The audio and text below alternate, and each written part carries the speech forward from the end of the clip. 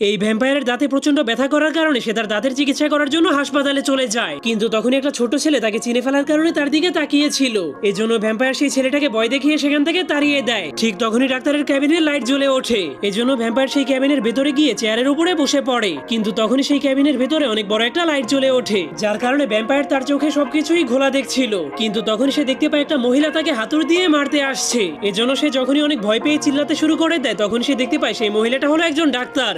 এজন্য সে অনেক খুশি হয়ে তার মুখটাকে খুলে দিলে ডাক্তার তার মুখের মধ্যে একটা মেশিন ঢুকিয়ে দেয়। এরপর সে ভ্যাম্পায়ারের দাঁতের মধ্যে ব্যথা কমানোর ইনজেকশন দিয়ে দেয়। কিন্তু তখনই ভ্যাম্পায়ার ডাক্তারের গলা দেখার পর তার রক্ত খাওয়ার ইচ্ছা জেগে ওঠে, কিন্তু সে ডাক্তারের গলায় কামড় দিতে গেলেই তার দাঁতে আবারও ব্যথা শুরু হয়ে যায়। এজন্য ডাক্তার দেরি না করে ভ্যাম্পায়ারের দাঁতের মধ্যে ড্রিল ঢুকিয়ে তার দাঁতটাকে ঠিক করতে শুরু করে দেয়, যার ফলে কিছুক্ষণ পর তার ব্যথা একদমই চলে যায়, কারণ ডাক্তার তাকে একটা নতুন সোনার দাঁত লাগিয়ে দিয়েছিল।